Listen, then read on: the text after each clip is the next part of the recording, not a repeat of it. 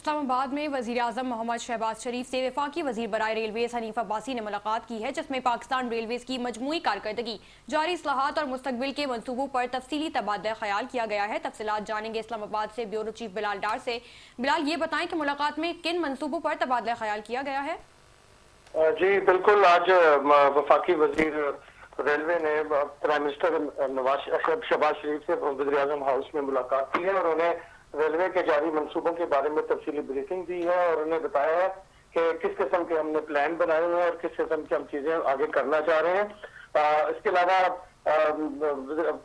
ملاقات کے دوران وزیر ریلوے نے پاکستان ریلویز کے آپریشنل امور پر بھی بریفنگ دیتے ہوئے بتایا کہ خلیج کی صورتحال میں عوامی سہولت کو مد نظر رکھتے ہوئے ملک بھر میں چلنے والی تمام آپریشنل ٹرینوں کے کرایوں میں کسی قسم کی اضافہ نہیں کیا جا رہا ہے۔ وزیر اعظم نے اس موقع پر انہوں نے کہا کہ موجودہ معاشی حالات میں حکومت عوام پر اضافی بوجھ ڈالنے سے گریز کر رہی ہے اور ریلوے کے نظام کو بہتر بنا کر آمدن میں اضافہ کرنے پر بھی توجہ دی جائے۔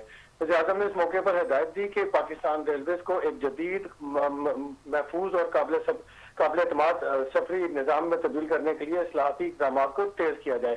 وزیر اعظم نے اس عزم کا اظہار بھی کیا کہ حکومت عوامی فلاح و بہبود کے ایجنڈے پر کاربند ہے اور تمام اداروں کی کارکردگی کو بہتر بنا کر ملک کو ترقی کی راہ پر گامزن کیا جائے گا۔